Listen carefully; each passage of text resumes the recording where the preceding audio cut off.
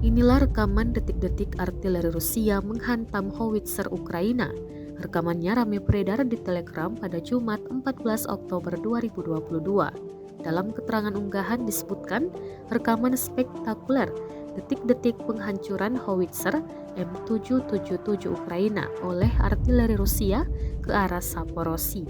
Tampak dalam kamera drone Rusia, rentetan serangan meledakkan dan menghancurkan M777 Ukraina. Dapat bantuan dari Amerika Serikat, Ukraina diperkuat dengan howitzer atau meriam M777 beserta amunisi 155 mm-nya. Howitzer M777 yang digunakan Ukraina tersebut dipasang di garis depan untuk melawan pasukan Rusia.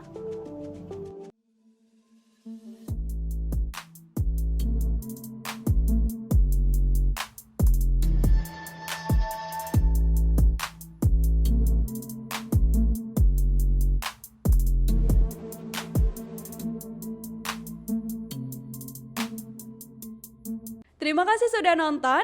Jangan lupa like, subscribe, dan share ya.